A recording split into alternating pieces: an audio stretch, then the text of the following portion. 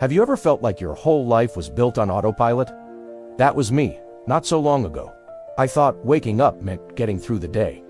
Check the boxers, do your job, be who everyone expects you to be. Sometimes it's subtle. A dream that shakes you. Sometimes it's a crisis that breaks you. For me, it was the quiet realization that I was living a life that wasn't even mine. But then, something cracks. I remember the night it started. I was alone in my apartment, staring at the ceiling. I couldn't sleep. My mind was racing with regrets and half-buried memories. I felt like there was this small voice inside me, whispering, "Wake up." And then it happened. The feeling that the walls I'd built around my heart were paper.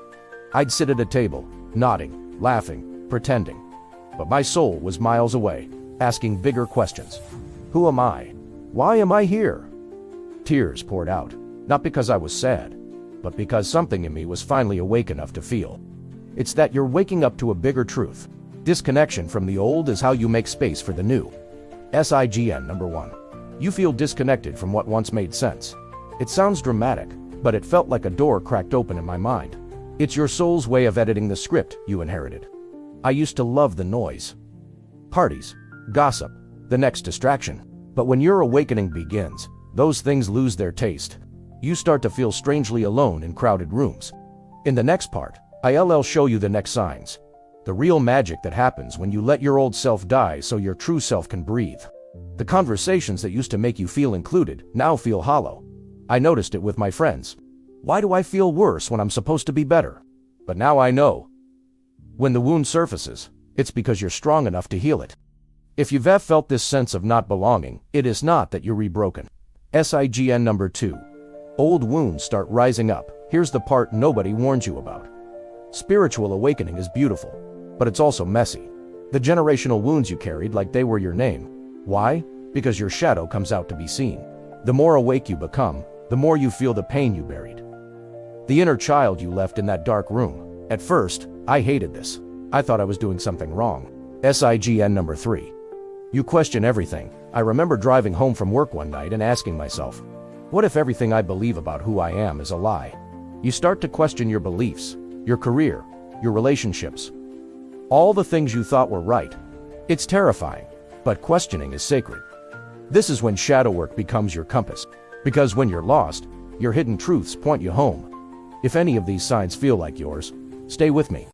The thing about waking up spiritually is that you lose parts of yourself you thought were permanent. Friends drift away. Old habits fall apart. Some people say, you've changed, and they're right. SIGN number 4. You feel drawn to solitude. I used to hate being alone. The silence made my mind loud, but once my awakening began, solitude became my sanctuary. Long walks, quiet mornings, sitting with my feelings, instead of running from them.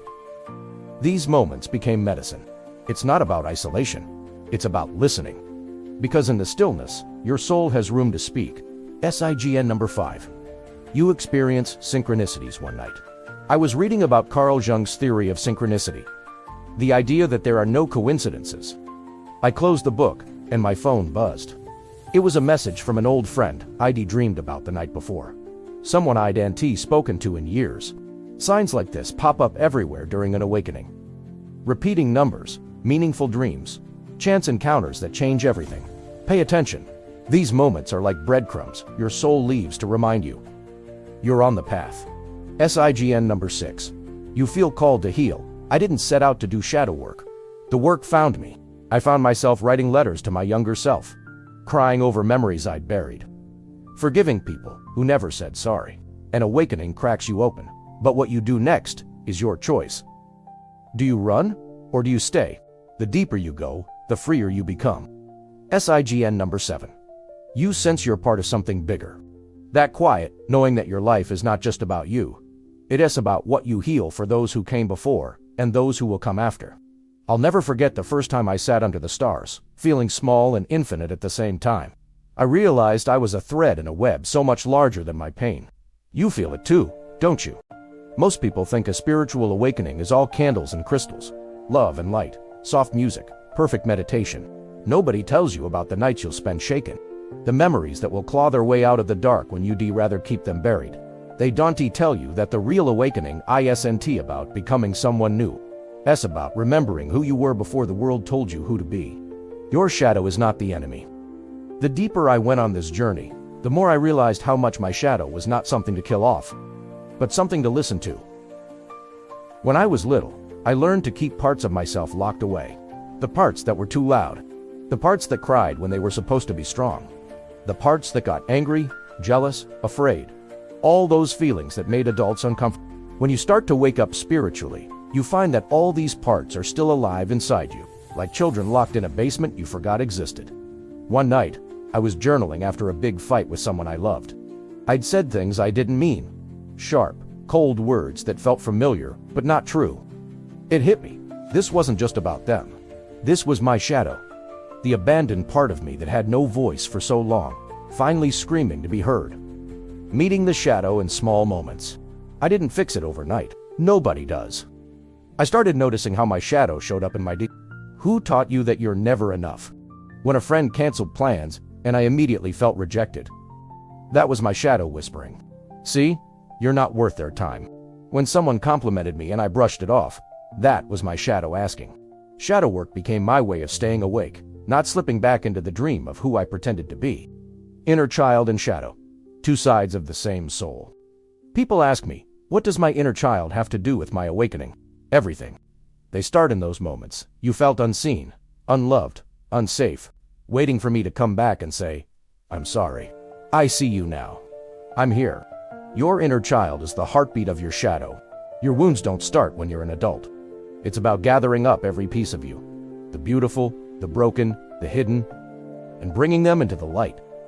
During one meditation, I pictured my younger self sitting in the corner of my mind, knees pulled up to her chest, staring at me with wide eyes. I used to think she'll hate me, that she'll see the ways I abandoned her and shut the door. You'll grieve the parts of your family who may never do this work. But when I got close enough to listen, I realized she was never angry. She was just waiting. She was there to remind me that I am not a mask. Spiritual awakening is coming home. Awakening isn't about leaving your old self behind like trash on the side of the road. It's about asking the question, what part of me have I rejected that is trying so hard to get my attention? Sometimes it feels like grief.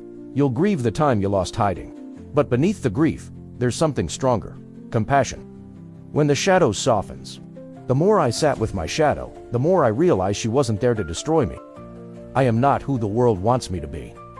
I am who I choose to become when I stop running. In the next part, I'll show you how to live this awakening day by day. No gurus, no perfection. Just your real heart and a promise to never abandon yourself again.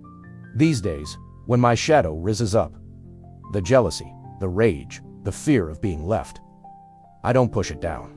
I put my hand on my heart and ask, what are you trying to protect? Most of the time, the answer is simple. I just don't want to be alone again. And in that moment, I can hold myself the way no one did before. This is the heart of awakening. And you have the shovel. When people ask me why shadow work and inner child healing are so important, I tell them, you can hold the light if you're terrified of your own darkness. Your shadow is the bridge to your true self. Your inner child is the key to your softness. Your wonder, your raw, unfiltered truth. Waking up isn't about never feeling fear again. It's about knowing you are bigger than your fear. It's about realizing your soul is not broken, it's buried. Stay with me. So you've felt it. The signs that your soul is waking up. You've seen your shadow, held your inner child, felt the old illusions start to fall away. Now what? But that's just another story the mind tells to keep you small. People think a spiritual awakening is a finish line. Some moment when you become perfect and never make mistakes again. The real awakening is how you live now. Raw, honest, human. Keep asking, keep listening these days. I wake up and ask myself, what's real today? Not what I should do, not what others expect, but what feels true in my bones. Sometimes the truth is, I need rest. Sometimes it's I need to speak up. Sometimes it's I need to let go. Living awake means giving yourself permission to listen and to honor what you hear. The rituals that keep me present, I don't have a perfect routine. No elaborate altarstric practice. My rituals are simple. Sitting with my morning coffee in silence. Writing letters I'll never send to people who hurt me. Laughing, crying, letting myself be messy. The way you wash your dishes, The way you hug someone without holding back. The way you choose peace instead of winning an argument. I pick up the mask again, just to feel safe. When you're awake, everything can be sacred. Stay humble. Stay human. There are days I still forget. I lose myself in old patterns. But I remind myself, waking up is not about perfection. It's about remembering, again and again, who you really are. You will make mistakes. You will feel lost. You will have moments when your shadow tries to slam the door shut. I'm not leaving. You are still awake. But if you can breathe and say, I see you, your awakening is your legacy.